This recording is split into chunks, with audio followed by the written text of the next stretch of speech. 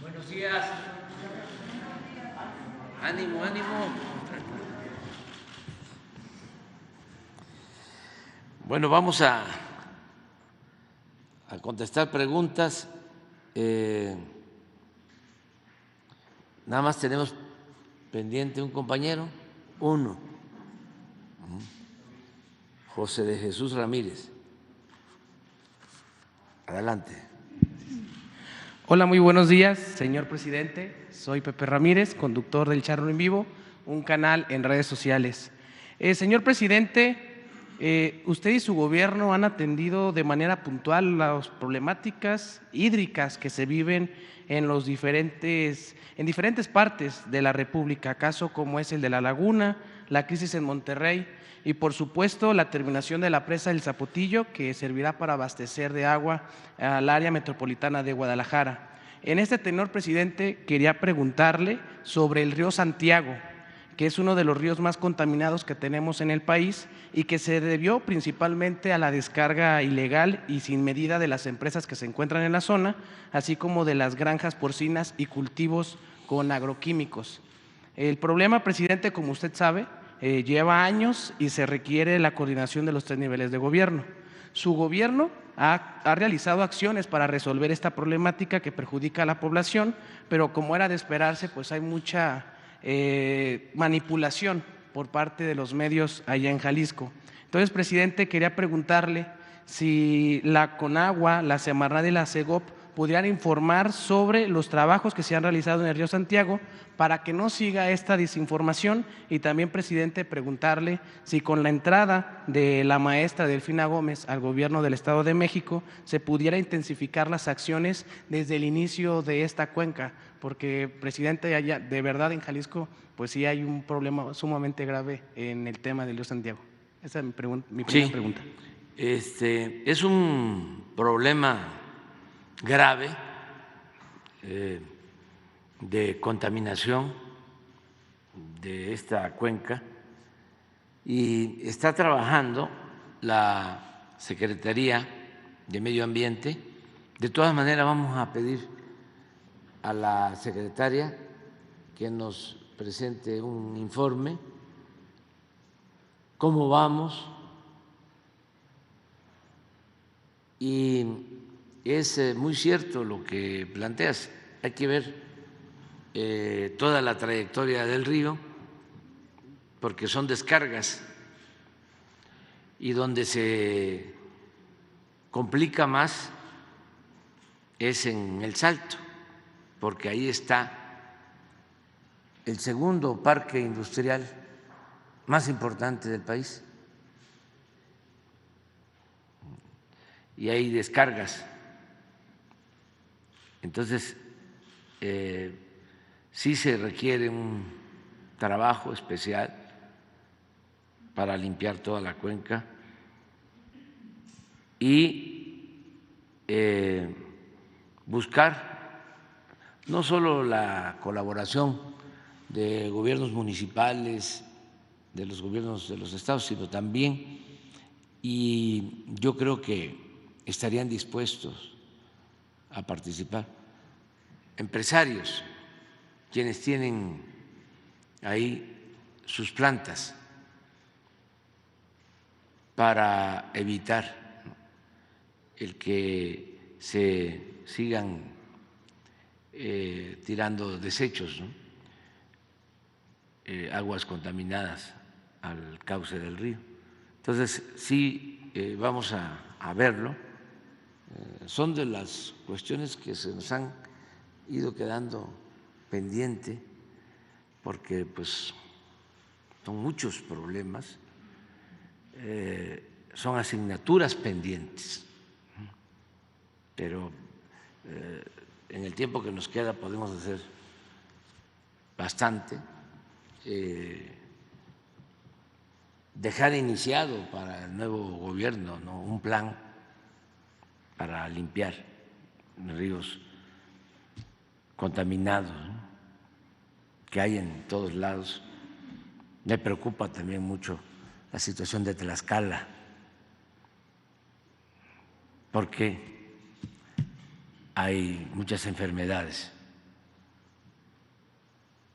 que tienen que ver, está demostrado, con la contaminación del agua.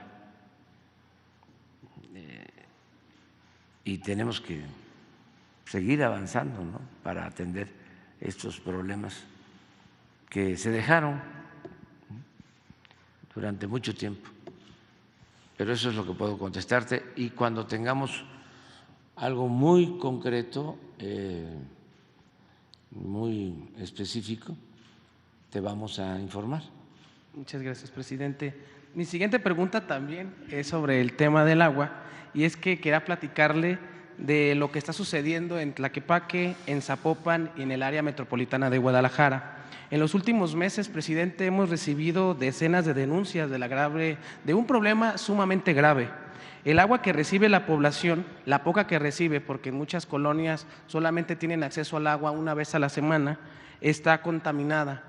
Colonias en Tlaquepaque como la Buenos Aires, el Cerro del Cuatro, la Nueva Santa María, Santa María Tequepexpan, la Guayabitos, la Francisco y Madero y muchas más, reciben el agua literalmente café, presidente, y esta agua no se puede utilizar, y la gente que la utiliza pues ya tiene algunas infecciones en la piel. El que se encarga del sistema de agua potable allá en la zona metropolitana es el CIAPA, pero este organismo, que es estatal, en muchas ocasiones hace caso omiso a estas denuncias ciudadanas.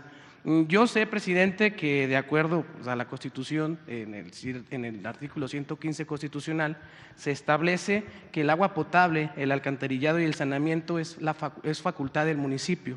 Pero, presidente, ¿qué sucede cuando la autoridad no es capaz de resolver estos problemas? Entonces, quería preguntarle, presidente, si la SEDATU y la CONAGUA no podrían intervenir y ver qué es lo que está sucediendo en el área metropolitana, porque sí, pues muchas familias no tienen agua y la poquita que les llega, pues sí, está en malas condiciones. Sí, sí pueden, tanto SEDATU, Medio Ambiente, como CONAGUA pueden intervenir y buscar acuerdos con el gobierno del Estado.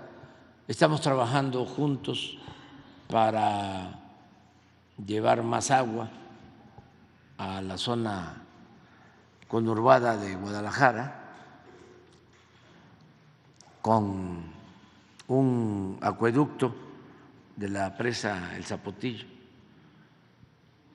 y se lo vamos a tratar al gobernador, a Enrique Alfaro, porque hay coordinación, estamos ayudando,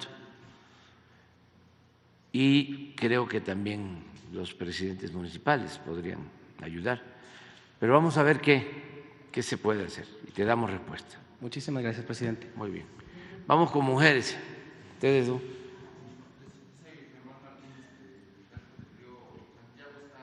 Se va a ampliar la planta de tratamiento del ahogado. Sí, importante. pero vamos a esperar, ¿no?, a que tengamos.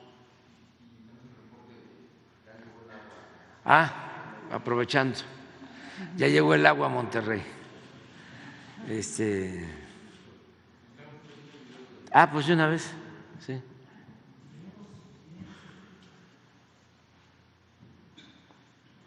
Para también informe del Reforma. Señor presidente Andrés Manuel López Obrador, le quiero informar que bajo la dirección del ingeniero Germán Martínez Santoyo, director general de la CONAGUA, en este momento vamos a dar inicio al arranque de la planta de bombeo número 4, la cual es la última del sistema y solamente nos restan 10 kilómetros hasta descargar los 1000 litros por segundo que usted nos encomendó cuando iniciamos este proyecto.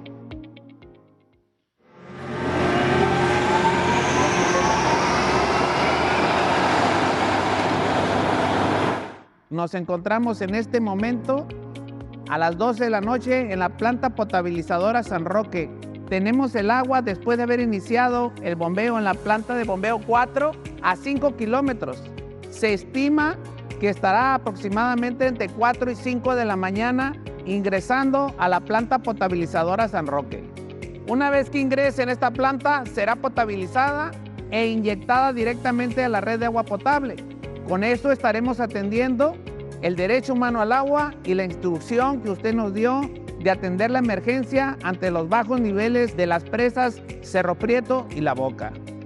No me gustaría dejar de señalar el excelente equipo que formamos, en primera instancia con la Secretaría de la Defensa Nacional, por otra parte con el gobierno del estado a través de Agua y Drenaje de Monterrey, y por otra parte todo el equipo que aquí me acompaña de residentes de Conagua y de la supervisión externa que tuvimos.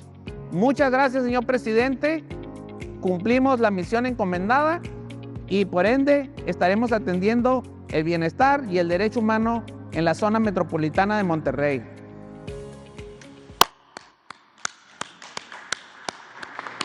Muchas felicidades a todos los trabajadores.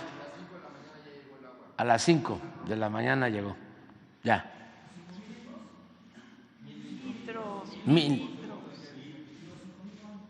En diciembre, esta es la primera etapa, son 1,000 litros por segundo. Ya está, desde luego,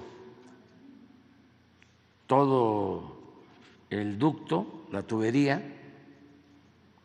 Reforma decía que no se había terminado el ducto, ya está y ya inició la llegada del agua, el abasto de agua. Esto va a significar un incremento en el abasto como del 10% del total. Y cuando van a ir entrando periódicamente, cuando entre todo el agua, que son 5,000 litros por segundo, van a tener como 40-50% más del agua disponible, lo que les va a permitir tener agua sin escasez mínimo 6 años. Es una obra importantísima.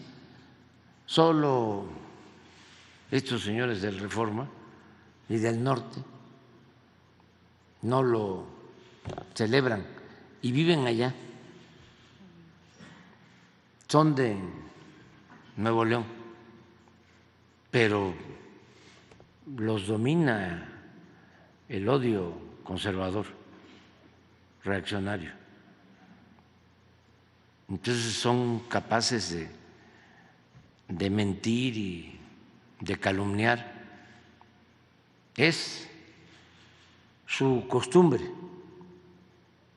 la mentira, la calumnia, la manipulación. Pero bueno, están los trabajadores, ¿no? Que me da mucho gusto porque seguramente ellos estuvieron toda la noche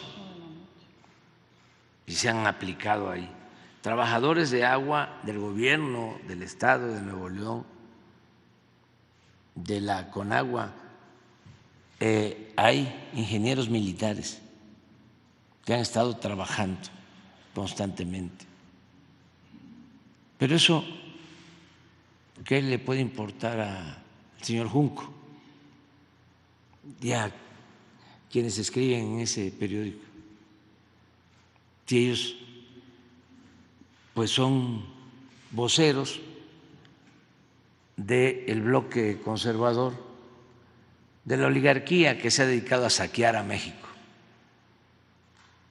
y a empobrecer a nuestro pueblo, y están molestos con nosotros porque ya hay cambios. ¿Cómo no van a estar molestos si sus amigos,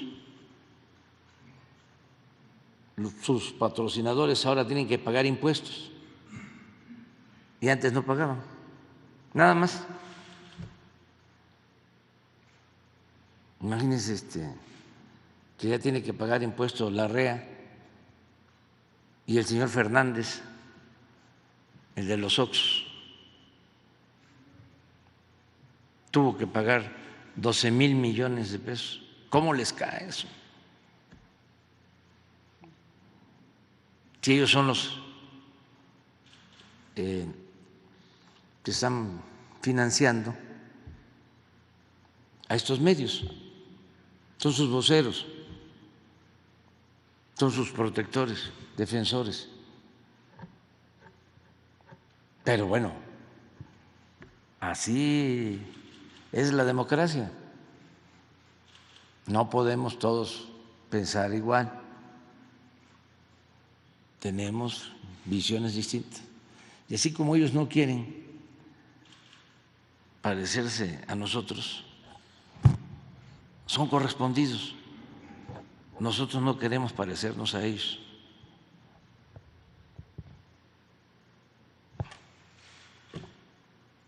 Pero pues somos libres, ¿no? Ni modo que vamos a reprimirlos como era antes, censurarlos. No, afortunadamente existe este medio para replicar, porque si no, sí nos estarían golpeando y no tendríamos forma de aclarar nada, de argumentar, como era antes. Por eso se sentían amos, señores de México.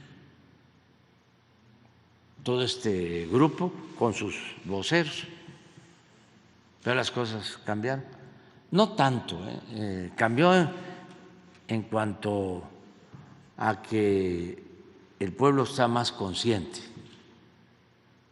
Como siempre lo he dicho, es un pueblo muy politizado, el pueblo de México. Es de los más politizados del mundo.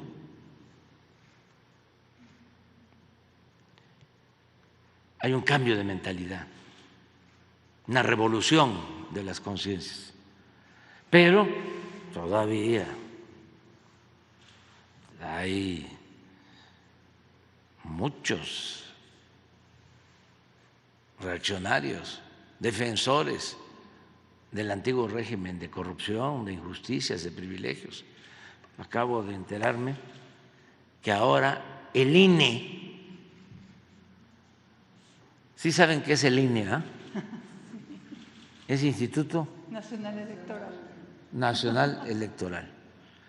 Y el Tribunal Electoral, que es lo mismo, porque se supone que son dos instancias, ¿no? Se acude al INE, resuelven en el INE, pero uno tiene posibilidad de acudir al tribunal. ¿Saben qué posibilidad tiene uno de que en el tribunal revoquen la decisión del INE? En el caso nuestro, ninguna. Es lo mismo. Es nada más otro membrete.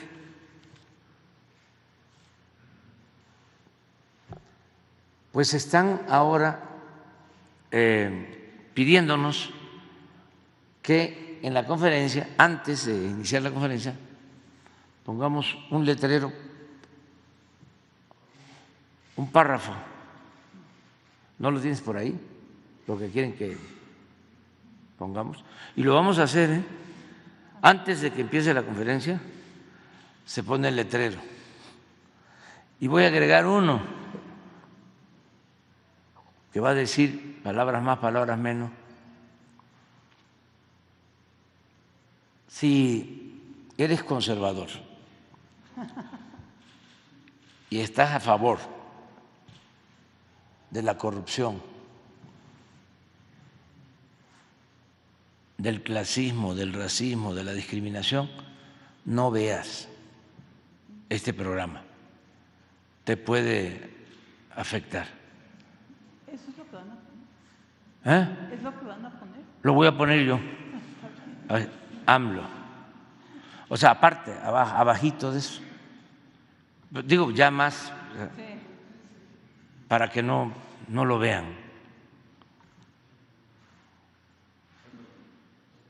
Porque quieren que pongamos esto las conferencias de prensa matutinas del presidente de la República tienen por objeto difundir propaganda institucional o gubernamental con fines informativos, educativos o de orientación social, por lo que no podrán hacerse pronunciamientos relacionados con tópicos políticos o electorales que afecten de manera indebida la equidad de las contiendas comiciales e influyan en la ciudadanía. No vaya a ser que la ciudadanía se deje manipular. De igual manera, no podrán realizarse manifestaciones o expresiones en favor o en contra de las fuerzas políticas o personas identificadas con estas.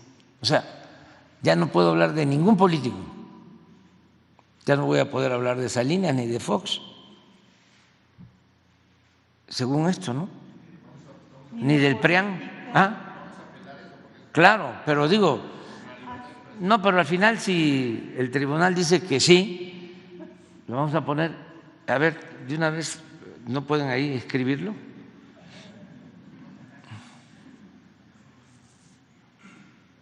Ponle PD, postdata. Si eres conservador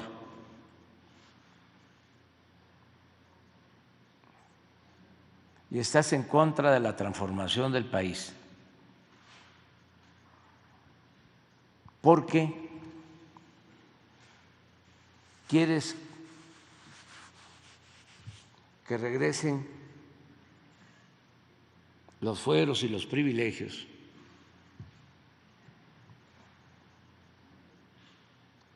y que continúe la corrupción, el clasismo, el racismo y la discriminación,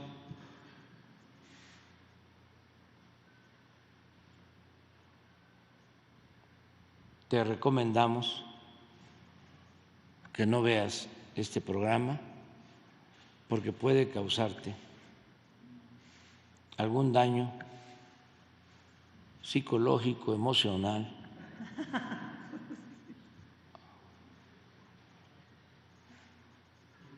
o afectar los intereses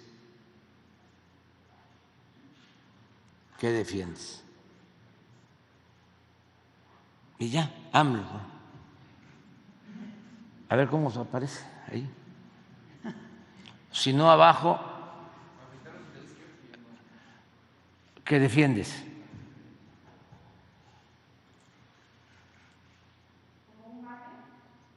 Puede ser, o sea, aparte, otro, antes, o sea, para advertir, no veas esto porque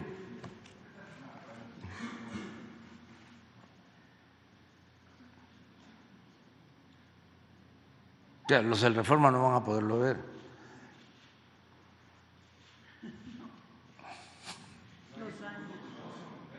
¿Eh? No, es que ya Daña la ideología, presidente. Que daña la ideología. o sea, como si los mexicanos fuesen menores de edad, ¿no? Y que no vayas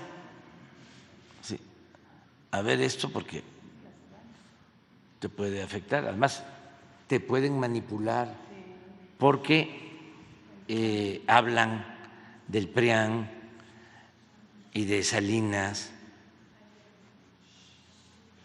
y de Fox y de los corruptos. Entonces, si eres conservador y estás en contra de la transformación del país, porque, a ver, ¿me ayudas en la corrección? ¿O está bien? Porque quieres que regresen los fueros y los privilegios.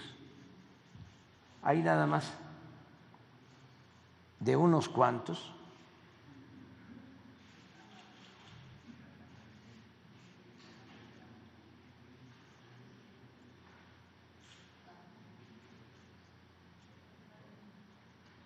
los fueros y privilegios de unos cuantos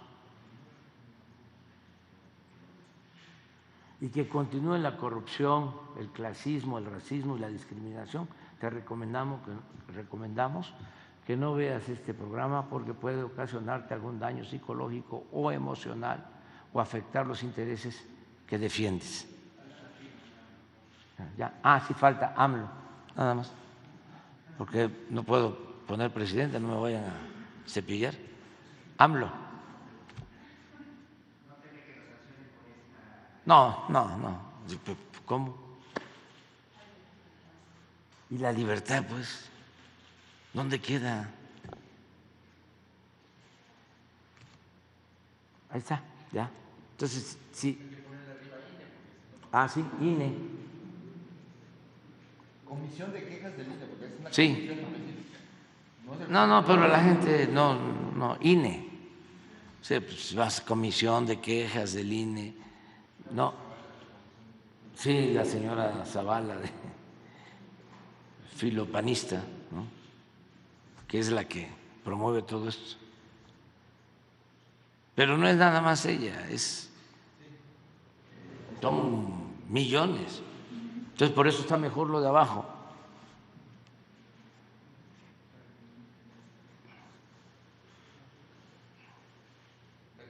De acuerdo. Vamos adelante. Señor presidente, le agradezco el espacio. Soy Teremora Guillén, corresponsal de los periódicos Imagen de Veracruz y Diario del Istmo, que forman parte del corporativo Imagen del Golfo. Buenos días, señor. Y mi primer pregunta, presidente, después de 100 años, el proyecto de construcción del corredor interoceánico del Istmo de Tehuantepec es una realidad.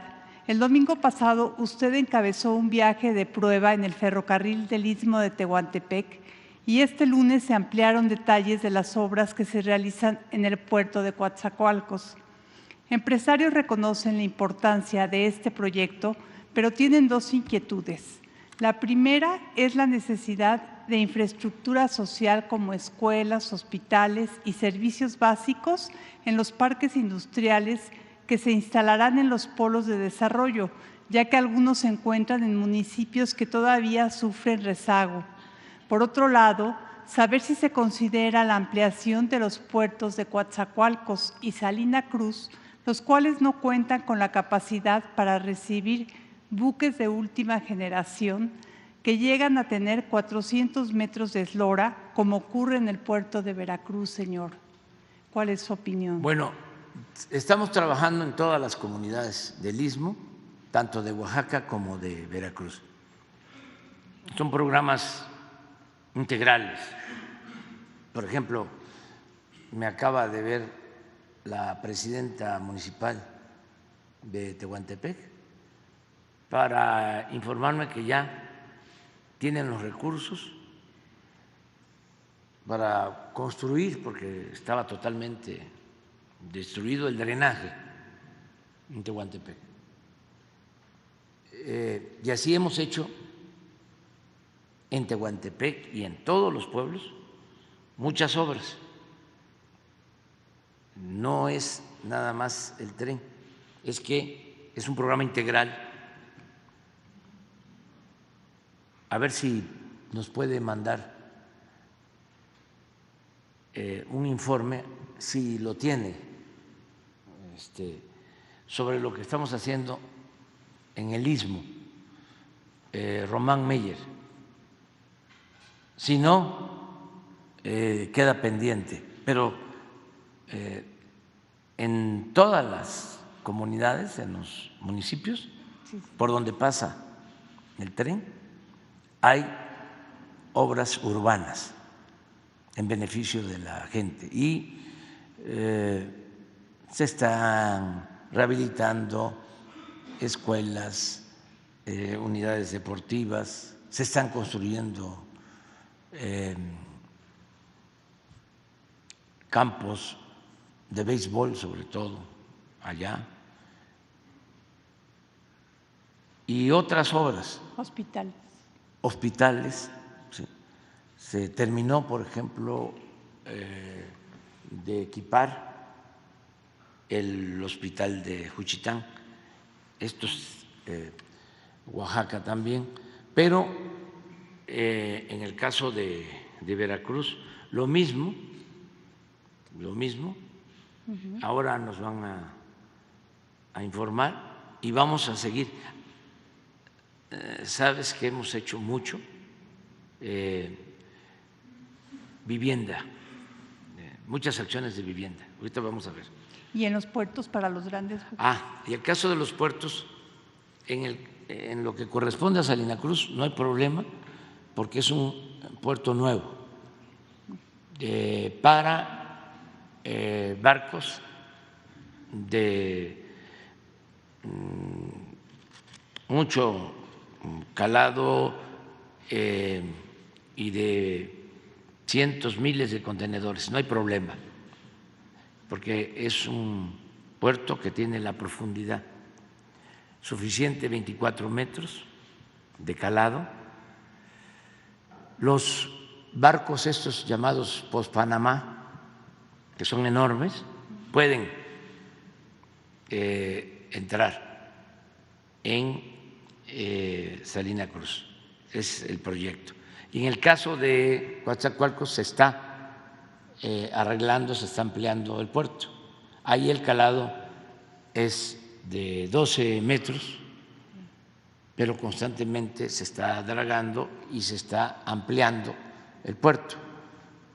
Los dos van a estar en condiciones de recibir barcos con contenedores y ya estamos por fallar sobre el manejo de los dos puertos. Les hablaba yo de que en Chile me entrevisté con el primer ministro de Portugal, Antonio Costa, una muy buena persona y un buen gobernante, y nos pusimos de acuerdo para establecer un convenio en el manejo de puertos y van a participar empresas también portuguesas, aun cuando las empresas mexicanas van a tener la mayoría de las acciones de quienes se van a hacer cargo del manejo de los puertos y de la carga de contenedores, el traslado de contenedores por tren de un puerto a otro. Es una empresa que se va a crear, un consorcio.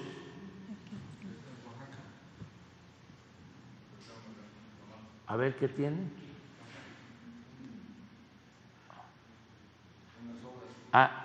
Ese es el istmo. Ciudad de Ixtepec.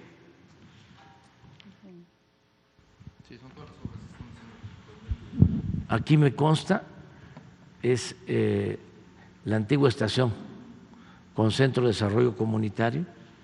Es que todo eso estaba tirado, abandonado. Parque Tito Enríquez en el barrio Huehuigo, en proceso. Unidad Deportiva Brena Torres, en proceso. En el Espinal, Unidad Deportiva Municipal. Este es Oaxaca también, es el istmo.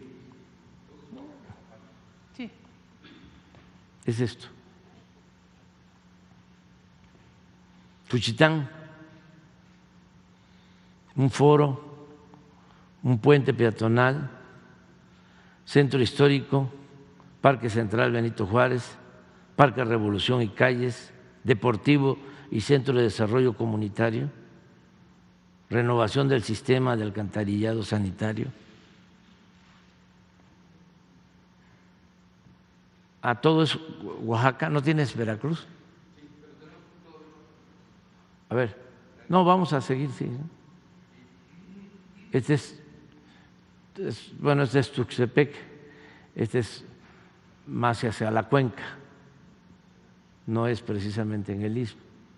Es San Juan, sí.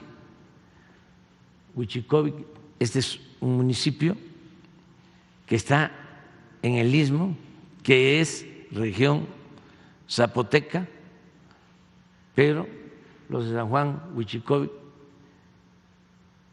son mijes. Es un municipio muy grande. Centro histórico y parque municipal, mercado municipal en proceso, escuela bilingüe primaria, Julio de la Fuente en proceso. Todo esto lo tenemos que terminar. San Pedro Comitancillo, mercado público en proceso, Palacio Municipal también en proceso, un parque también en proceso. Y ahorita Sí. tengo lo de Veracruz. Estas instancias del DIF, le digo a la directora del DIF que hemos cumplido porque fui allá y ya habíamos terminado la reunión. Y se paró la señora y dijo, ¿y qué van a hacer en el DIF? Y ya se le atendió y está en proceso. Es un compromiso que yo hice cuando estuve. El presidente municipal de San Pedro Comitancillo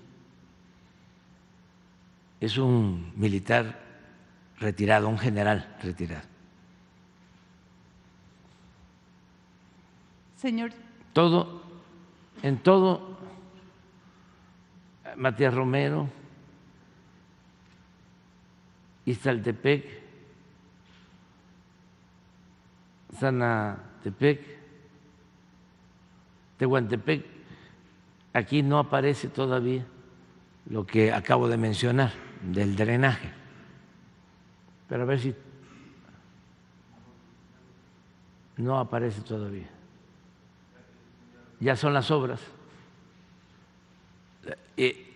Es un programa integral, incluso lo de vivienda. A ver, ponlas.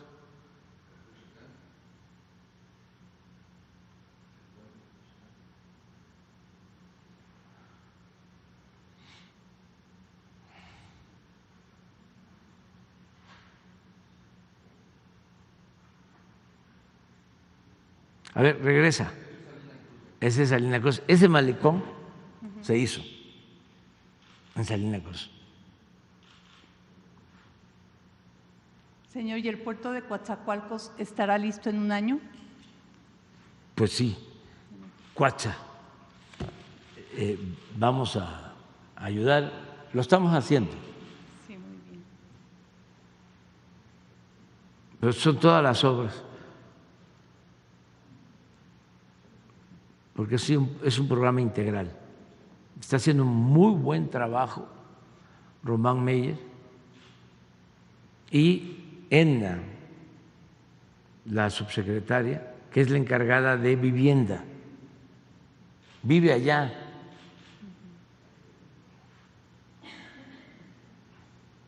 Miren.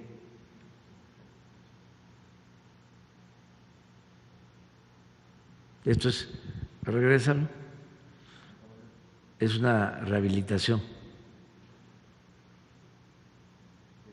del mercado. Esta también es una zona muy sísmica. Quedaron afectados muchos templos que ya se han rehabilitado.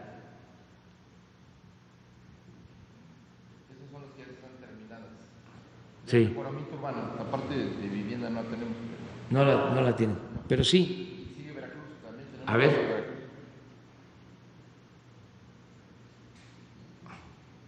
Acayucan, bueno, eso. Ahí está Coatzacoalcos, Cuacha. Mercado en Colonia Cuauhtémoc. Muelle. Módulo deportivo en Colonia Cuauhtémoc. Centro de Desarrollo Comunitario. Centro de Desarrollo Comunitario,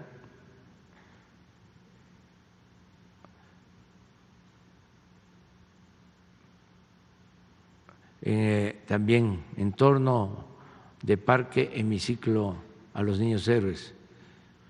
Ahí está Cosolia, Acayucan, Córdoba, así es. ¿Tienen más? Mina, Oluta también es por ahí, Sayula sí, es en el Istmo, ahí nació el presidente Miguel Alemán.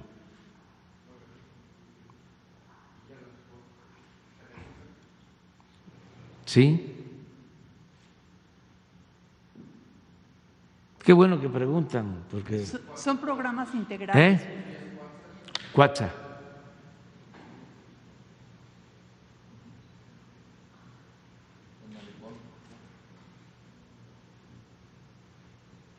El trabajo de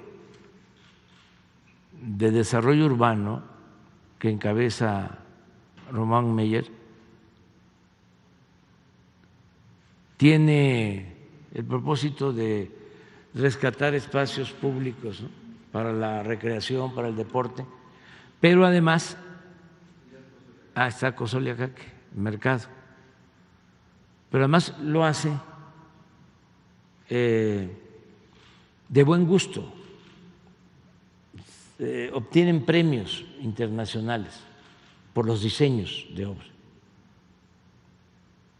no hacen obras feas, adefesios, aunque se trate de un mercado, de un parque, en todo buscan la belleza, miren eso.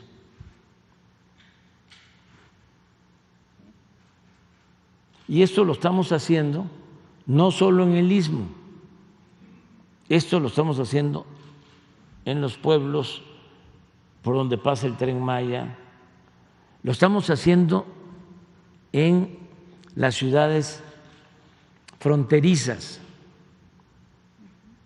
lo que es la frontera norte, lo estamos haciendo en Acapulco, lo estamos haciendo en Los Cabos, en las zonas turísticas, para enfrentar el problema del contraste, ¿no?, de los hoteles de gran lujo y las colonias donde viven los trabajadores en el abandono, sin servicios. Entonces es un programa muy importante. Yo creo que llevamos invertidos como 40, 50 mil millones de pesos en estas obras. Muchísimos campos de fútbol, de béisbol, unidades deportivas, mercados, malecones,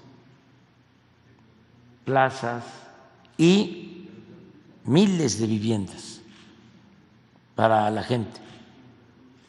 Por ejemplo, ahí en Salina Cruz había familias que estaban muy cerca de la vía,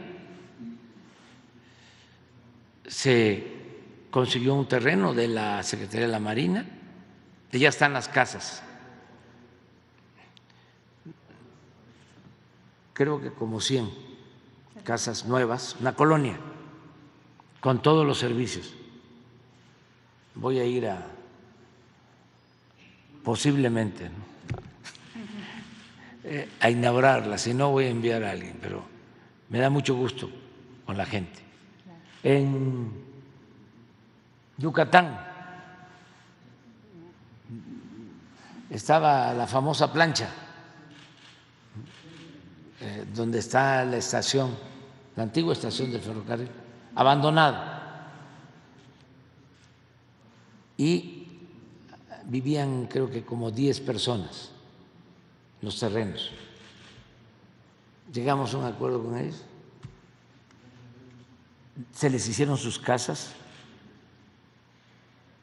muy muy bonitas, y yo creo que en 2 meses más van a ver cómo quedó toda la plancha en coordinación con el gobierno del Estado, porque ahí está también la Escuela de Arte de Yucatán. Es un parque precioso que tiene que ver con la estación del antiguo ferrocarril. Entonces son trabajos que se han venido haciendo. Miren esto. Pero vean la calidad de las obras. Sí, bonitas.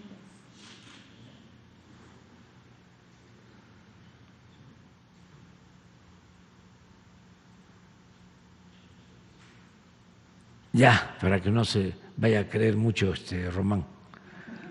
Presidente, le tengo otra pregunta, sería, la Auditoría Superior de la Federación dio por terminado los convenios que tenía con los órganos de fiscalización de los estados para que estos revisaran recursos federales aplicados en los municipios.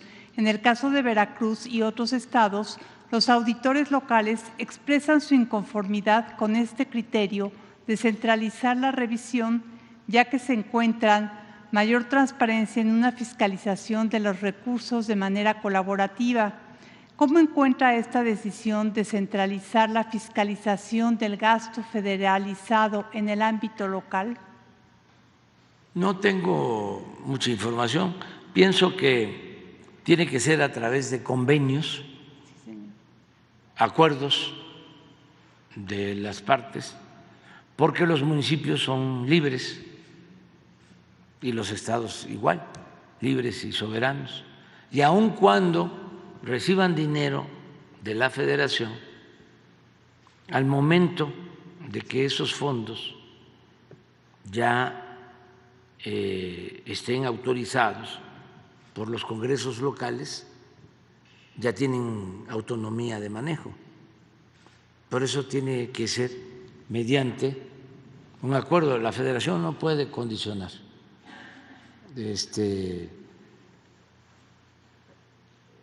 la aplicación, o mejor dicho, no puede llevar a cabo la fiscalización.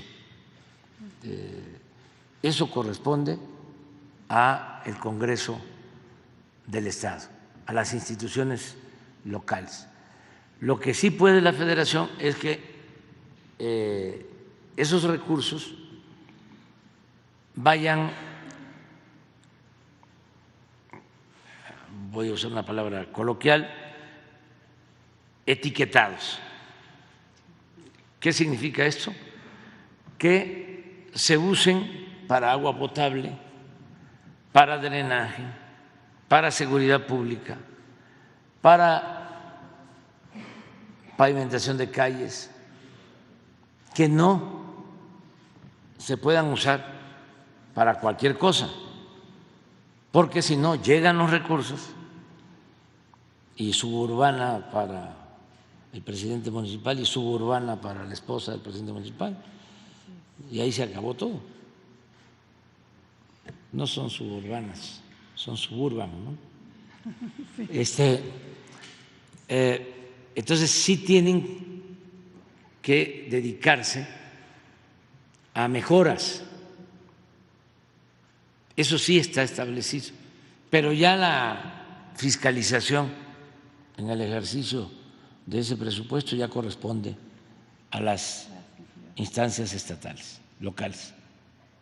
Señor, y por último, quisiera preguntarle un tema que se planteó aquí desde el mes de junio en relación a la atención a las mujeres y jóvenes veracruzanas que deciden por diferentes circunstancias interrumpir un embarazo, esto después de su despenalización en el Estado. Este tema cobra especial relevancia a raíz de la reciente resolución de la Suprema Corte de Justicia de la Nación, que declaró inconstitucional la penalización del aborto a nivel nacional.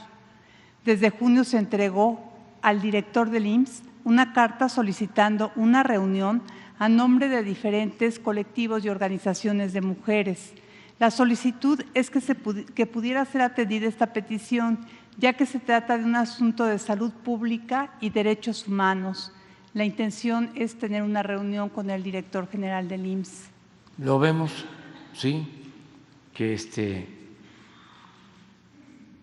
SOE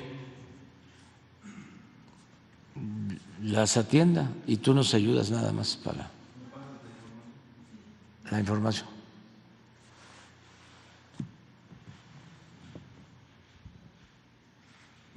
Buenos días, presidente. Tania Damián, de Ángulo 7. Mi pregunta, la primera, va relacionada con el tema del agua. Ya en la Cámara de Senadores y en la Cámara de Diputados están volviendo a trabajar en el tema de la Ley General de Aguas. El día que la coordinadora de la 4T, Claudia Sheinbaum, fue a la Cámara de Diputados, un reportero le preguntó sobre un proyecto de agua y ella dijo que el tema del agua es fundamental para garantizar para las próximas generaciones y para todos los sectores.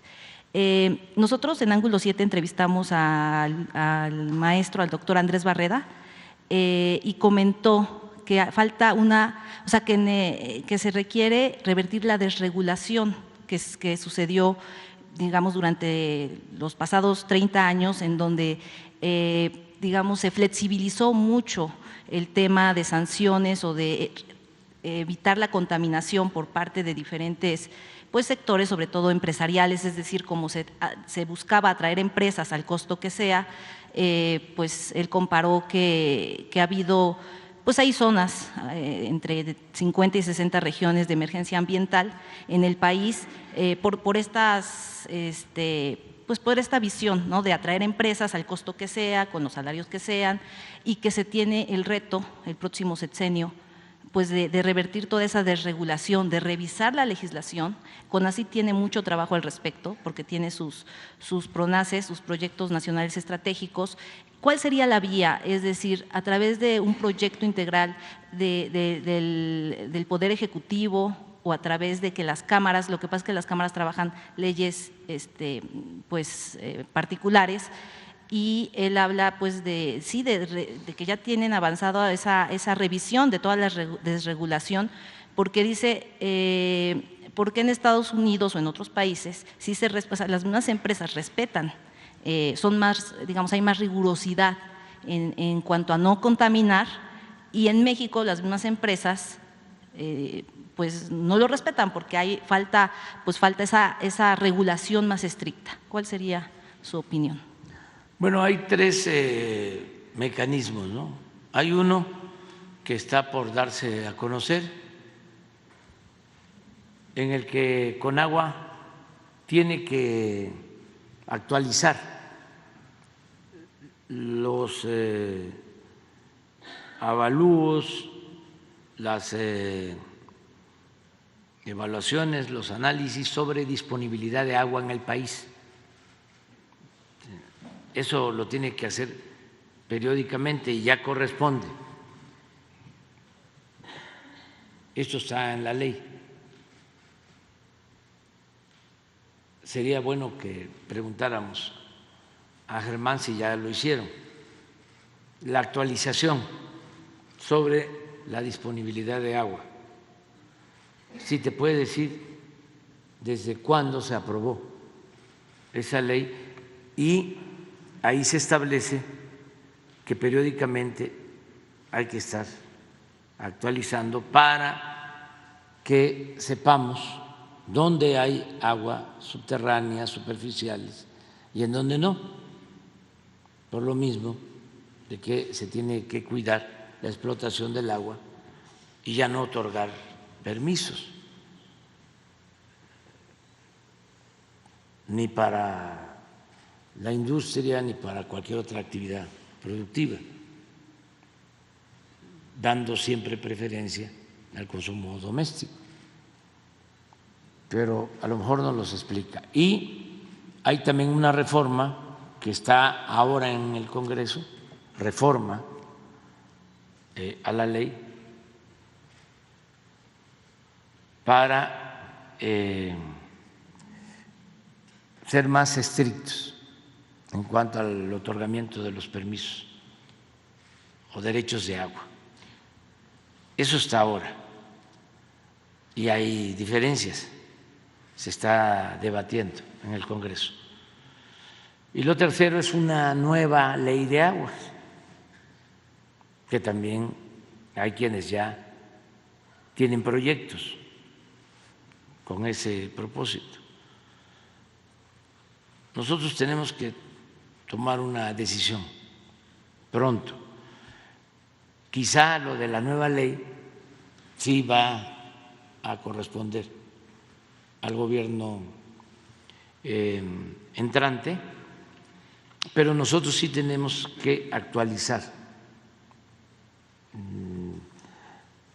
la disponibilidad de agua del país para limitar las concesiones o derechos, que no se entreguen de manera indiscriminada. Revisar las mismas concesiones, se hablan de 5,000 y tantos, porque, por ejemplo, pues hay pues quejas de sectores sociales donde en el mismo campo dicen es que tales empresas tienen pozos, tienen concesiones y a nosotros no nos las dan. ¿Podría también hacerse la revisión? Sí, eso es lo que se está buscando. Pero además, hay cada vez más conciencia de que tenemos que cuidar el agua. Por ejemplo, en el caso de la agricultura de alto rendimiento, agricultura comercial, cada vez se están modernizando más los distritos de riego, se están recubriendo canales para cuidar el agua. Conozco casos en donde ya hay empresarios que están invirtiendo para trabajar en acueductos y evitar fugas, que es muy importante. Y algo que también es básico, se hace en algunas partes, en otras no, es la reparación de líneas de conducción y de distribución de agua, porque hay un desperdicio del 30 al 40% del agua por el mal estado de las tuberías de las instalaciones.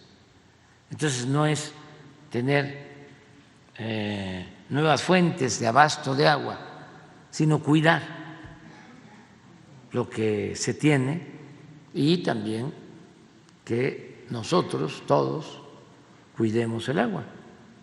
Es un asunto integral. Sí, también, no solo en el sector agua, hablaba el doctor Barreda de las emisiones, por ejemplo, atmosféricas. Hay un registro, revisar, digamos, toda la legislación, porque decía que este registro lo dan las mismas empresas a voluntad, es decir, es la información que dan las empresas, pero no se tiene la certeza que sea lo que realmente emiten, es decir, sí revisar toda la legislación y ver qué se desreguló, o sea, qué se flexibilizó demasiado para en las diferentes agua, aire, suelo, pues… Sí, se está proponiendo que haya equipos de medición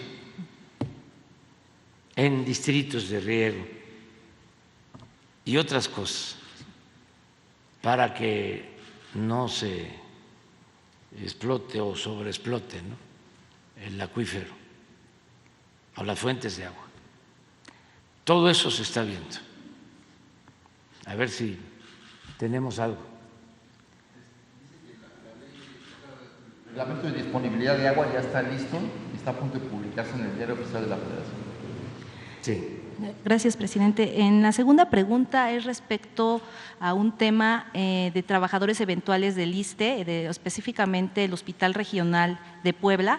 Ellos, bueno, hay varios trabajadores, no tengo exactamente la cifra, a lo mejor más de 50, que tienen más de 10 años laborando, estuvieron en la pandemia.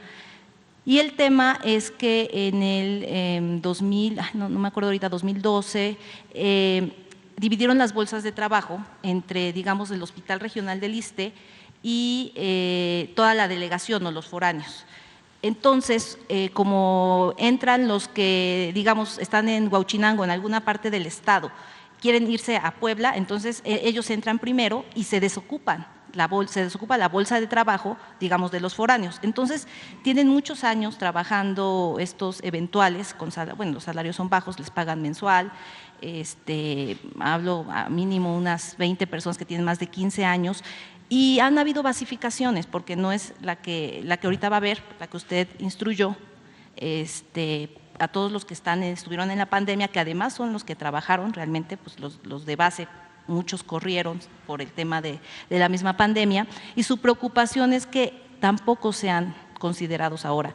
Piden pues una supervisión, de hecho vinieron aquí a Atención Ciudadana y entregaron pues toda su documentación, sus vouchers de todo el tiempo que han trabajado, sobre todo desde pandemia, pero tienen más años, y pues que se revise, porque para ellos es como que la dirección, digamos, que deja meter al sindicato a su gente, porque la dirección también mete su gente. Entonces, como que ambos se hacen como, pues tú metes a tu gente y yo meto a mi gente, y los eventuales quedan, digamos, otra vez siguen estando sin ser considerados. Supongo que no es un tema solo del Hospital Regional del ISSSTE, sino puede estar pasando en varios hospitales públicos, sobre todo ahora que se van a revisar o que van a dar bases, pues que se pudiese supervisar o verificar que sí se le den las plazas a los que tienen muchos años trabajando. ¿Por qué no te pones de acuerdo con Jesús para que se entrevisten con Rosa Isela Rodríguez, que aun cuando es seguridad pública lo que atiende Rosa Isela, ella está a cargo de todo el equipo de trabajo para el rescate del ISSSTE y implica la situación de los trabajadores? Entonces, ¿por qué no se lo planteas? Porque lo que queremos es cumplir con el compromiso de basificar a quienes están por contrato, eventuales. Ya lo estamos haciendo. En el IMSS Bienestar se ha avanzado y lo vamos a hacer en todo el sector salud. Pero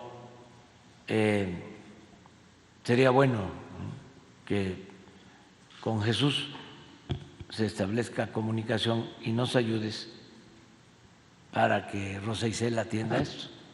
Gracias, presidente. Y por último, ¿cuándo va a Puebla? ¿Tiene alguna? Sí, tengo invitación. Acaba de estar el gobernador de Puebla, Sergio. Llevamos muy buena relación.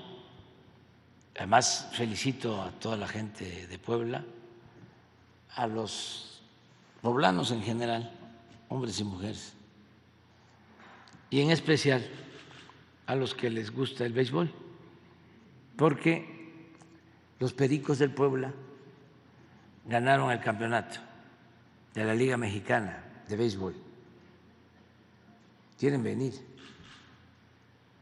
aquí a la mañanera. En eso andamos, pero ya con esta felicitación, porque se enfrentaron a un equipo muy fuerte. No, primero se eliminaron con los Leones. Está, este es de ayer. Me trajeron la camisola y la pelota firmada por los peloteros. Lo agradezco mucho a los peloteros, a los directivos de los Pericos del Puebla, y se enfrentaron con algodoneros. ¿Sí? ¿No? Sí.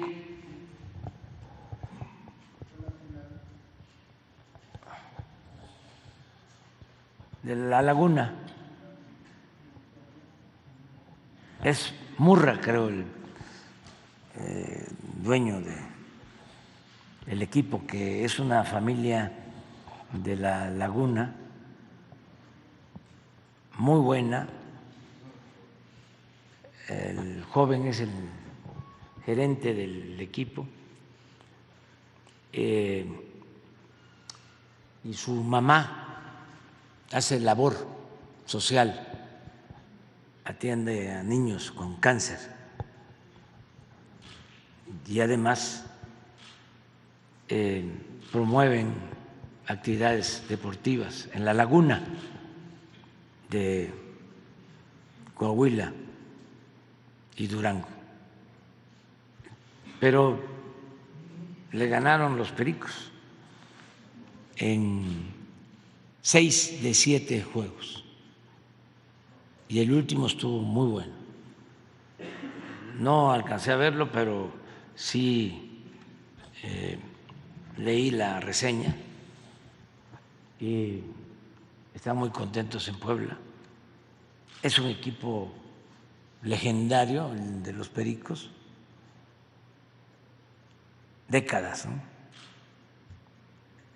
Les gusta mucho en Puebla el béisbol y en todos los pueblos del estado les gusta mucho. Donde hay más afición al béisbol es en Yucatán. Es donde van más al estadio en promedio. Y tengo el dato de que está creciendo el número de asistentes a los juegos de Liga Mexicana. Aquí en la ciudad, el Estadio de los Diablos se llena y me da mucho gusto porque es un resurgimiento de un deporte que tuvo mucho auge en la época del Mago Septién, y hace décadas, pues yo era niño y en los radios de batería ahí nos podíamos a escuchar la narración de los juegos.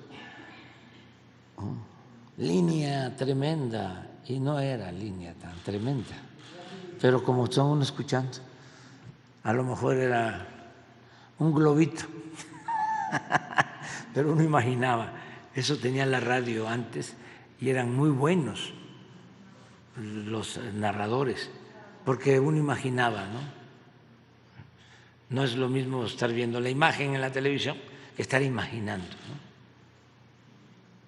Y el Mago Septién era una enciclopedia, ¿sí?, lleno de anécdotas.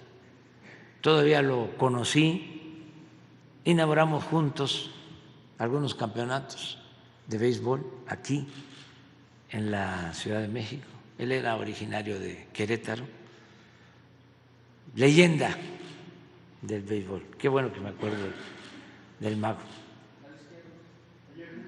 Vámonos, pues.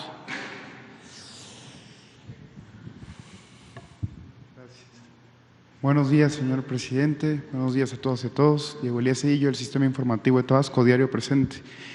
Señor presidente, aprovechando ahorita este espacio en esta tribuna, me gustaría preguntarle, ya en la conclusión o en esta última etapa de su gobierno, se ha hablado de las candidaturas para gobernadores. No vamos a tocar ese tema por lo que vimos del INE, sin embargo, sí hay un factor que obedece directamente al gobierno federal, que son las renuncias de las y los funcionarios que aspiren a un cargo de elección popular. En este tenor, señor presidente, yo me permito preguntarle si ha tenido diálogo con los funcionarios o las funcionarias que deseen competir por diversos cargos. Está muy puntualmente el caso, por ejemplo, del doctor Ricardo Sheffield para Guanajuato, el caso de Veracruz de la secretaria Rocío Nale, se habla de Morelos en el caso del licenciado Rabindranath, si no me equivoco, y diversos funcionarios más.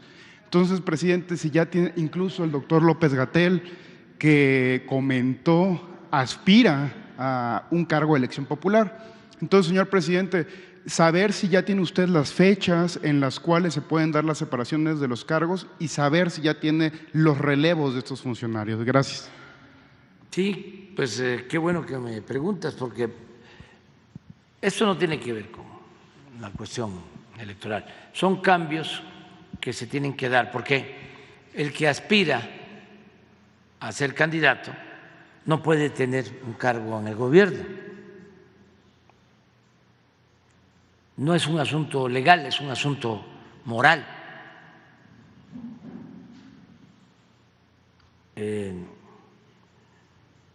Hay que ser y parecer. Entonces,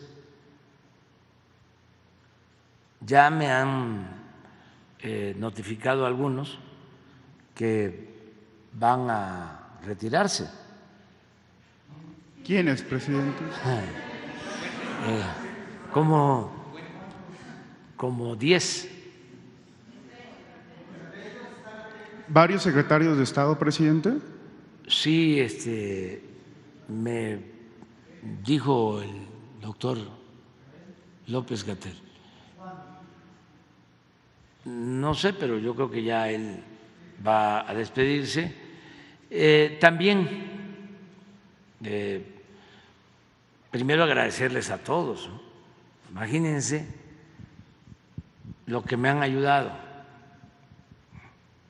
todos. Son buenos servidores públicos en momentos muy difíciles, en el caso de Hugo López-Gatell, aquí dando la cara, y un profesional pues de primer orden, un buen servidor público, pero así todos, o sea, no estoy buscando inclinar la balanza por nadie, por lo mismo, porque el pueblo es mucha pieza. Cometen un error los que piensan que con los, ¿cómo se llaman estos? Espectaculares, ¿no? Y quitándoles en las fotos 10 años, ¿no? Sí, que los arreglan, que con eso ya. No, la gente está muy informada, muy consciente. No se deja manipular. Entonces, dejarle a la gente que resuelva y agradecerle a estos servidores que han ayudado mucho. Ojalá y les vaya muy bien. Si no son electos, a nosotros nos ayudan, aquí van a estar las puertas abiertas, porque necesitamos terminar, nos falta un año y son servidores públicos con mucha experiencia. No necesitan renunciar. Sí, pero aunque diga eso, sí, por cuestiones de transparencia, de ética, que no se vaya a hablar de que están utilizando su cargo, es mejor que se dediquen a la actividad de la transformación en el movimiento. Y sí son varios que van a pedir licencia o renunciar o permiso, lo que proceda y lo que ellos decidan, pero sí son varios. Pues ya ustedes lo saben, o sea, Por ejemplo, el caso de Rocío es de dominio público, ¿no?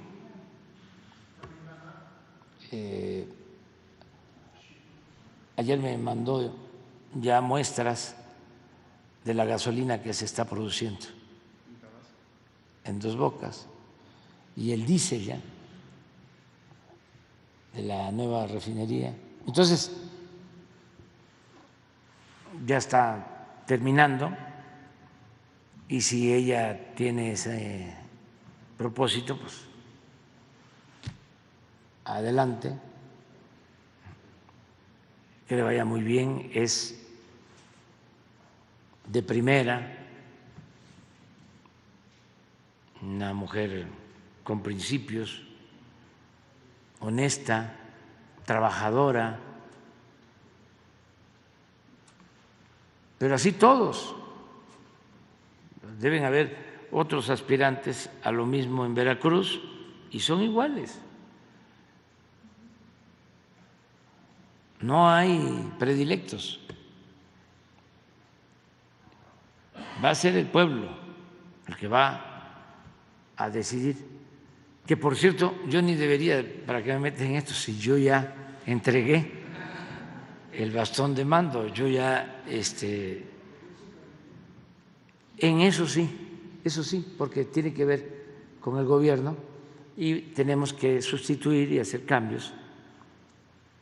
Sí, considero que son como 8 o 10. ¿Ya tiene los sustitutos, las personas que ocuparían el cargo vacante? Siempre trabajamos en equipo y hay mucha gente, muchas personas, mujeres, hombres, formados, y hay quienes están muy contentos y quieren llegar al final, cerrar el ciclo. El caso, por ejemplo, de Zoé, que esa fue una decisión muy importante, porque él pues tenía muchas posibilidades en Chiapas para encabezar el movimiento de transformación. Fue diputado federal en Chiapas, senador por Chiapas y un servidor público de primera, inteligente, honesto, trabajador, y tenemos el compromiso de dejar funcionando el sistema de salud pública para los que no tienen seguridad social, que son millones, y voy a cumplir con el compromiso de dejar uno de los mejores sistemas de salud pública del mundo funcionando. Ayer, por ejemplo, nos reunimos y ya hicimos una evaluación sobre el abasto de medicamentos. Están comprados prácticamente todos los medicamentos hasta diciembre del 24.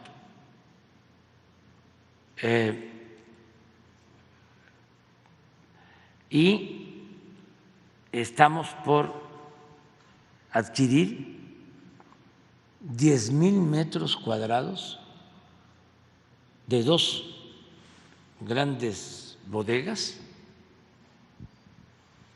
preparadas con ese propósito para almacenar medicamentos y para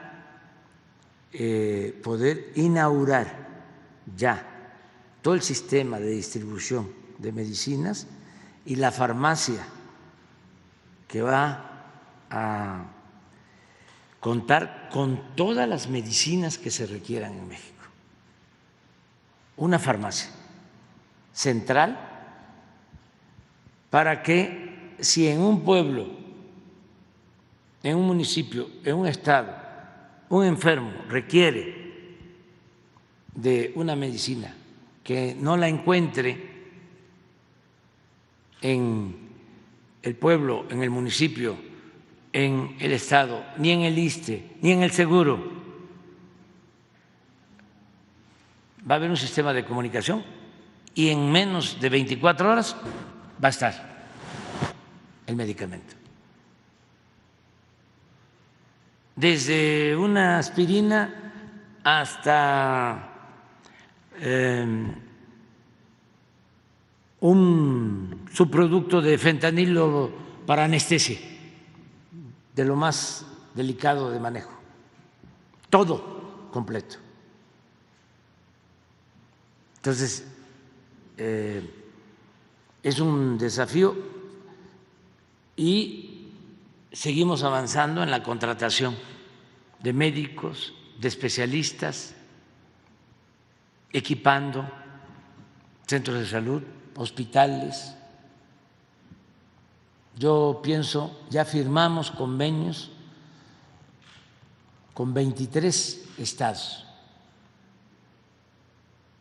Ahora, el martes, que se informe sobre salud, se va a dar a conocer cómo vamos. Y ante esto, imagínense la generosidad de SOE, es decir, hago falta en esto y quiero terminar la misión. ¿Tiene una opinión sobre las aspiraciones de Manuelita Obrador? Sí, tengo opinión de que no debe de participar. O sea, sí. ¿Por qué? O sea, para que no me lo pregunte, porque me van a multar. Pero ese es un asunto. O sea, yo no quiero que se establezca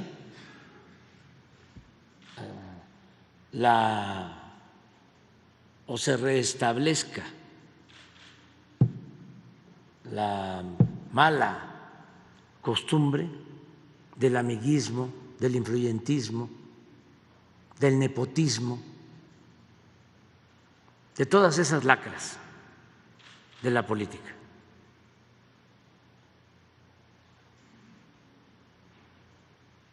No, mi familia no. Si no, no avanzamos. Es que se llegó al extremo de que querían poner a sus esposas de gobernadoras o las esposas querían poner a sus esposos para hablar con equidad, de gobernadores o de presidentes municipales, incluso de presidentes de la República. Eso no se puede permitir. Yo tengo que agradecerle a mi esposa, compañera Beatriz, que decidió no ser primera dama y lo ha cumplido. Y no es abandonar, ¿no?, el apoyo al movimiento al que cree, en el que cree, o ayudar o dejar de ayudarme, no. Es que ¿por qué primera dama? ¿Y qué todas las demás mujeres no son primeras damas? ¿Y a quién se elige?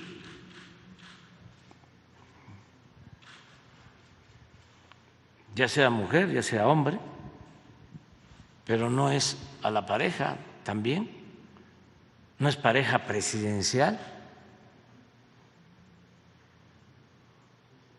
Y Beatriz se dedica a su trabajo, es maestra, y ya también lo digo porque llueven las solicitudes en la Universidad de Puebla, donde trabaja, pidiendo informes sobre sus actividades. Trabaja ahí, es investigadora y tiene producción intelectual, es escritora, le publican artículos en revistas especializadas de distintas partes del mundo, escribe, vivimos aquí, pero ella tiene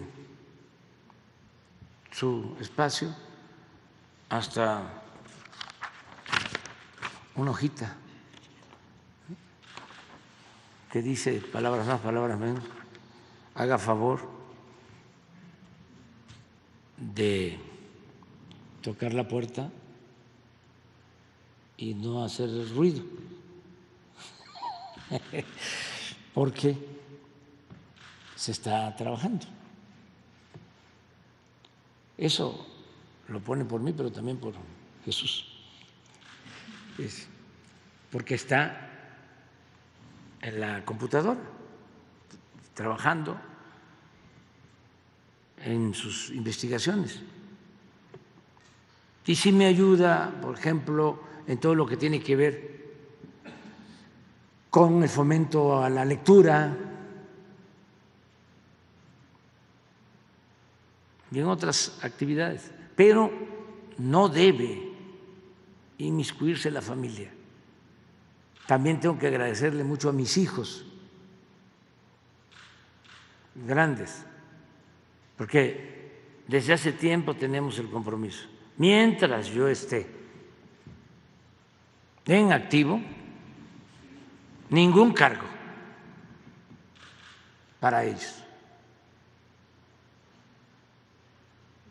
Y no deben tampoco desarrollarse a la sombra de lo que por circunstancias fue el papá. Cada quien tiene que abrirse camino, salir adelante, y me han ayudado mucho en ese sentido, porque no están participando. Y hasta tengo que agradecerles, porque para perjudicarme a mí, a ellos les pegan cada vez que pueden. Pero también, ¿saben cuántos años llevan así? Pues desde que nacieron.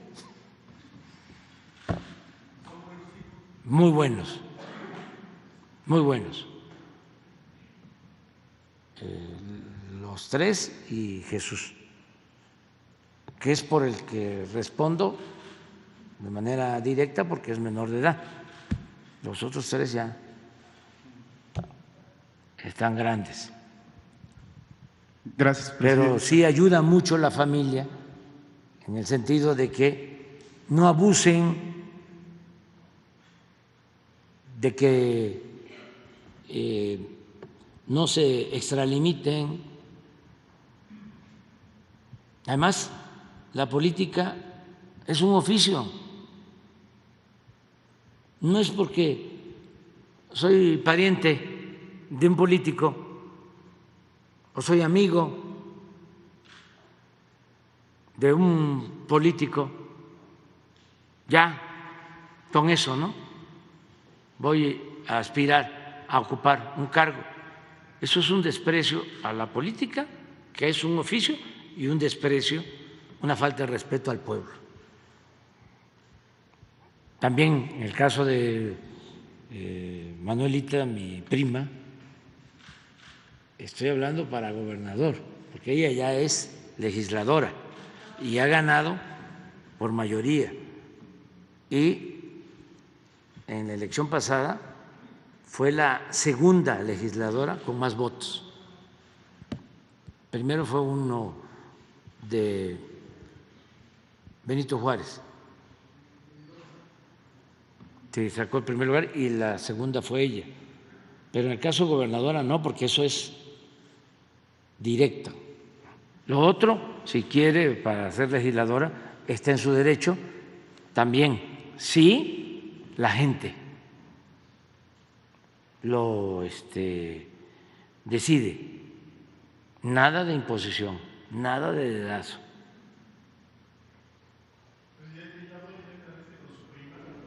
¿Ya habló usted directamente con su prima? Sí, es que no hablé con ella directamente, pero cuando Zoé decide no participar, son amigos con Zoé y al día siguiente o a los 2 días aparece de que ella podía buscar ser candidata al gobierno de Chiapas. Entonces, con Zoé hablé y respetuosamente le mandé a decir que eso no. Y ella después aclaró. Sin embargo, no quiero que quede, ¿no?, la ambigüedad, la duda. Ya ven cuántos malquerientes tenemos.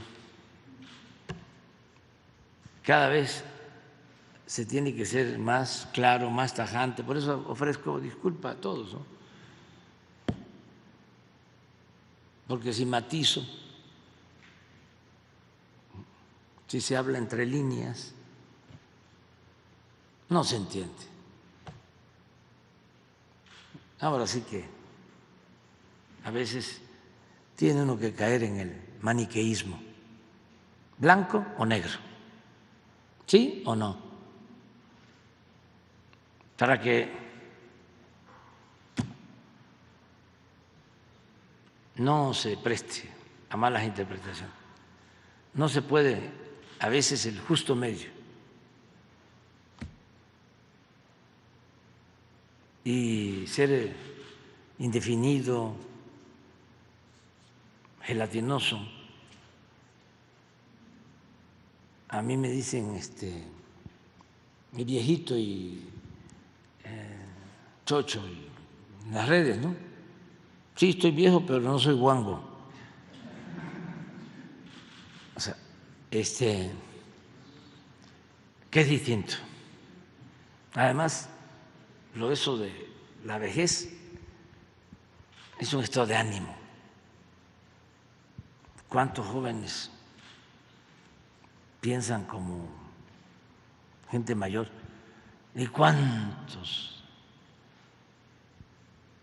adultos mayores son unos chamacos con deseos de vivir y con alegrías, sin amarguras,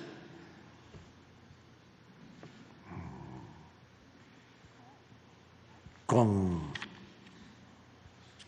mucha inteligencia y fortaleza física? Eso es relativo. Lo más importante es ser consecuente. Eso es lo más importante.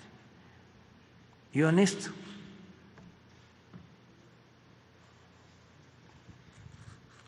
Eso es lo que hay que considerar más importante en la vida. No sé si ahora, porque me pidieron una entrevista, si no, pues aprovechamos. Los de telereportaje, que iban a cumplir años. ¿Por qué no te enteras? ¿Es hoy? ¿Cuántos años? Sí, más de 60. Es un programa de radio que inició un abogado, una gente buena, en Tabasco, Jesús Sevilla Zurita, cuando la radio era un verdadero medio de comunicación, porque no solo se daban a conocer noticias o había entretenimiento, sino también se utilizaba para enviar mensajes. Como había mucha incomunicación física. ¿Cuánto? Desde el 58. Desde el 58. Cumple 65 años ese programa. Entonces, se usaba mucho para servicio social. Porque Tabasco estaba incomunicado, no había carreteras, no había tren, toda la comunicación era por ríos y por mar, por barcos. Luego llegó el ferrocarril, 1950.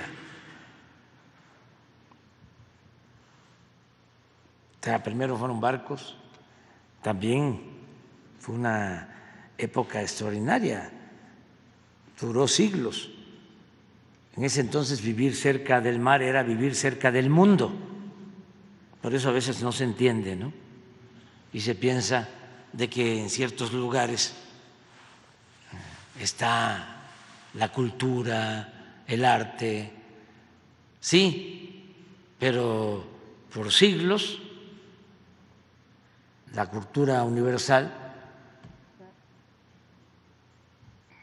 la literatura, llegaba a los puertos. Pues no había aviones. Entonces, Yucatán, Campeche, Tabasco, Veracruz, Tampico, eran puertos y ciudades muy importantes que estaban comunicadas con el mundo por la navegación. Luego, en los años 50, se construye el ferrocarril del sureste y después, al sexenio siguiente, porque el que inaugura el ferrocarril del sureste es el presidente Miguel Alemán, y don Adolfo Ruiz Cortines es el que inaugura la carretera a Villahermosa. Entonces, si estamos hablando del 56, ¿no? 58. Yo tenía 5 años cuando empezó el señor con su programa, telereportaje, desde muy temprano, 5 o 6 de la mañana hasta las 9, y era el programa más escuchado en Tabasco. Uno iba caminando en Villahermosa por una banqueta y lo iba uno escuchando, porque en todas las casas tenían prendido el radio. Un fenómeno de la radio y de la comunicación. Y afortunadamente los hijos, fallece el licenciado Sevilla, y los hijos continúan con el programa. Y les mando pues una felicitación y un agradecimiento, porque cuando comenzamos la lucha, que todo estaba cerrado, imagínense, allá, que no se movía ni una hoja del árbol de la política, si no lo decidían en la Quinta Grijalva. El señor Sevilla me abrió los espacios en el 88. Estaba muy preocupado porque yo tomé la decisión de abrir brecha, de abrir camino no había tradición, no había cultura democrática en Tabasco, como en otras partes del país. Era un partido único, dominante. Y se llegaba a considerar de que era hasta ilegal ser opositor. Y él me ayudó mucho porque transmitía nuestros boletines sobre los lugares que yo iba a visitar en el 88, y más que fuese mensajes, ¿no?, de apoyo, de propaganda, de publicidad, era para que la gente pues aceptara de que era una actividad legal y que no nos fuesen a agredir. Y como su voz era muy respetada, Chicoché tiene una canción que dice: ya lo dijo el licenciado en el telereportaje. Hasta la podemos poner, pero no. Entonces me ayudó mucho en eso, cuando íbamos pueblo por pueblo, pueblo por pueblo. Y les mando pues un saludo a toda la familia, a los trabajadores de este medio de comunicación. Y si me dan permiso, ya vámonos a desayunar, porque resulta que voy a gira. Collado, presidente, el operativo que se dio en Morelos en la Fiscalía Anticorrupción, ¿tiene datos sobre eso? Sí, fue creo que el día 14. No, ayer en la noche, el operativo de la Guardia Nacional. Por los archivos ahí, por desaparición expediente. Pero fue una actividad donde también participó la Secretaría de Marina, ¿no? No, la Guardia Nacional. Ah, sí, pero hoy informan sobre eso. Hubo dos fallos. Otro amparo para el fiscal. Pero es otra cosa, ¿no? Sí. Sí, lo de Morelos sería bueno que informaran hoy. Sí, es muy lamentable lo de la protección al procurador de Morelos, todo el poder judicial, porque no había encarte aclarando de que ya no tenía fuero. Pero qué influencias del procurador, porque un juez y otro y otro y otro, había consigna.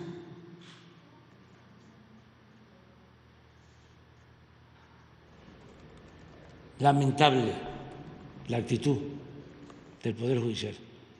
Y lo otro, no conozco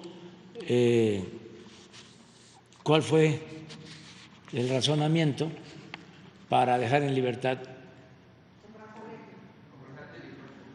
al señor Collado. Pues posiblemente es lo mismo. Es que el abogado Collado era muy influyente, era el abogado más cercano a Carlos Salinas de Gortari y a Diego Fernández de Ceballos. No estoy diciendo mentiras, me consta. Cuando se pone de acuerdo Ahumada, el empresario argentino que entregó dinero al maestro Bejarano y que salió en Televisa recibiendo el dinero,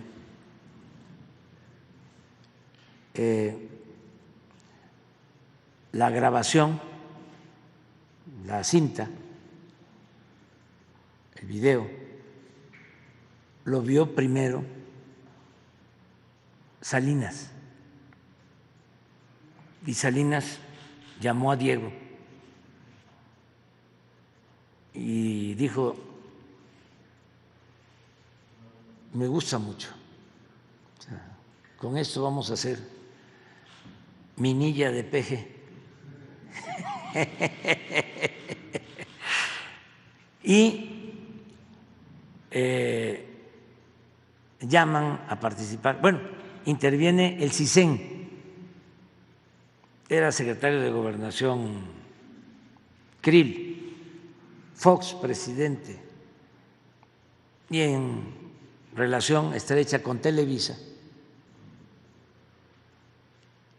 echan a andar todos los videos. Nos enteramos porque no sabíamos, ahora sí que de parte de quién al principio, de que estaba refugiado en Cuba porque Salinas lo había recomendado a Ahumada, y había una mañanera, yo era jefe de gobierno y empecé a denunciar que considerábamos que era una vergüenza que el gobierno de Cuba protegiera a una gente como Ahumada por consigna o por atender una petición de Salinas. Y en ese entonces el comandante Fidel Castro resolvió deslindarse y detuvieron a Ahumada en Cuba, y el abogado que fue a defender a Ahumada, mandado por Salinas, fue Collado. O sea, para los jóvenes, pues, que todo esto no se sabe. Eso no quiere decir, pues, que sea malvado, es explicar nada más el contexto, porque no hay texto sin contexto. Entonces estamos hablando de un abogado muy influyente en aquellos tiempos, no podría decir si sigue siendo igual de influyente. Ahora es distinto, solo los protegen en el Poder Judicial. Ahí está la protección de los que estuvieron con García Luna, todos van para allá. Por eso hay que reformar el Poder Judicial, que se elijan a los jueces, a los magistrados, a los ministros, que sea el pueblo el que los elija, para que el Poder Judicial no esté al servicio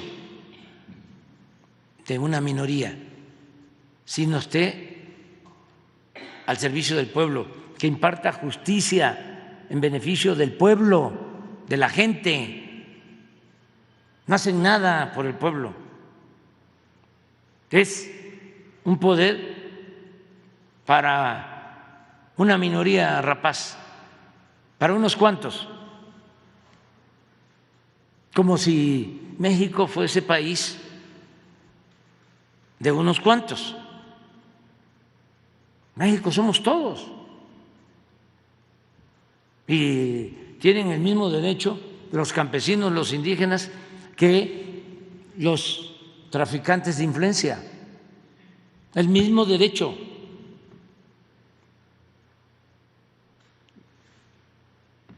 ¿Alcanzan ustedes a ver y a encontrar algún campesino, algún obrero, alguna gente del pueblo en las antesalas de los ministros de la Corte?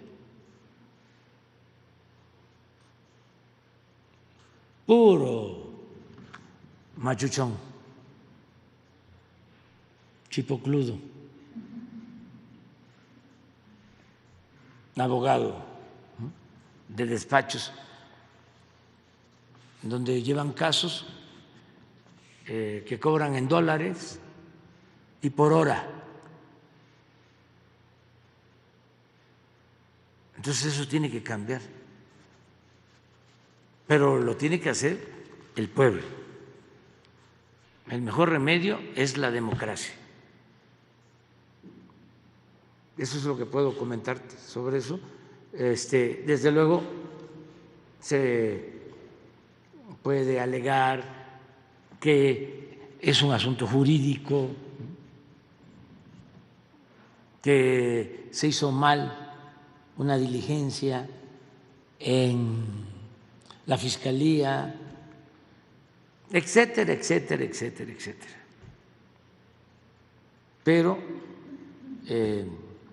está lo otro, el que se acumula mucho dinero. Cuando de repente hay gente que empieza a tener mucho dinero de la noche a la mañana, pues ya se producen sospechas, porque no es fácil, ¿no? Muchos lamentablemente trabajan toda la vida y mueren pobres. Y de repente hay quienes en 3 años, 6 años, 10 años se hacen inmensamente ricos.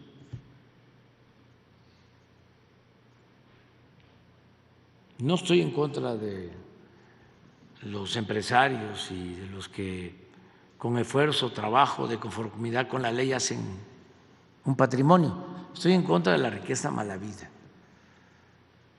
de la corrupción, del influyentismo. Eso no debería de existir. Ya por último, una buena noticia, sigue bajando la inflación. ¿No la pones? Vamos a una gira a Tabasco, Chiapas, Campeche, Yucatán, Quintana Roo, Tren Maya. ¿La tienes?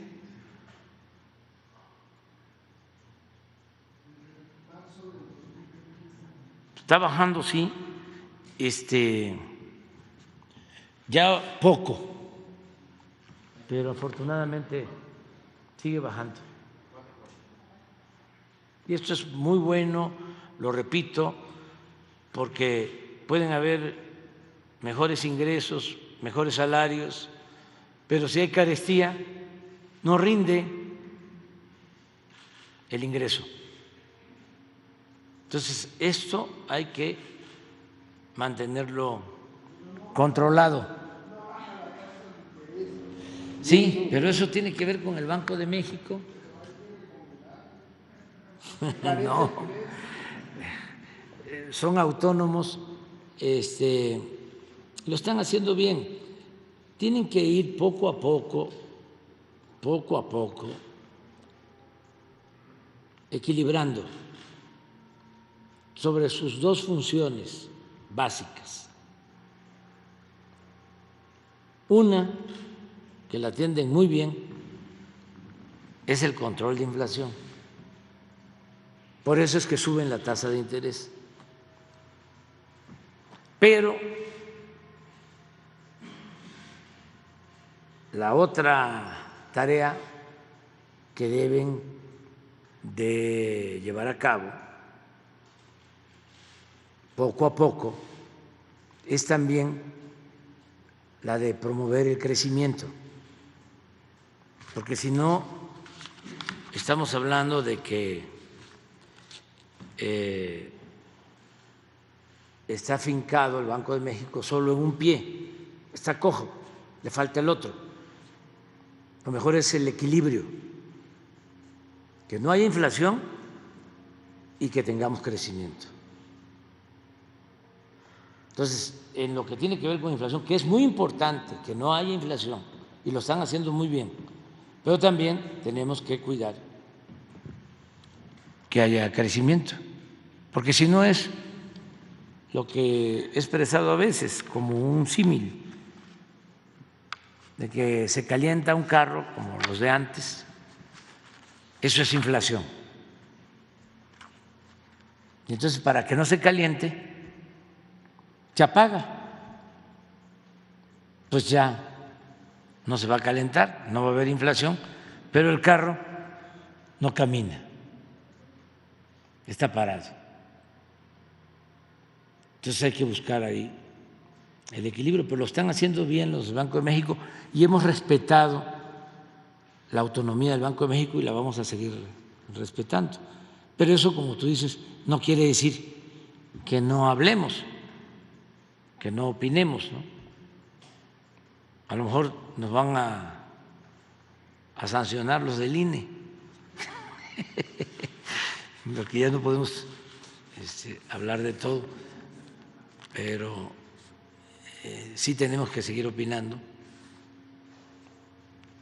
Ahora que hablé de Salinas, no vaya a ser que, como dicen ahí, que ningún personaje ya puede ser mencionado del bloque conservador. No, cuando nos notifiquen, ya me notificaron. ¿Del INE? Ah, pues el lunes, ya. O sea, antes de empezar, se advierte, ¿no? Sí, y ya después. Ya no la puedes mencionar. Personaje, ¿no? ¿En contra o a favor? Sí, fíjense eso. ¿La doctora? No. Ustedes tienen también un poco de responsabilidad, ¿eh? Porque ustedes preguntan mucho. Bueno, nos vemos.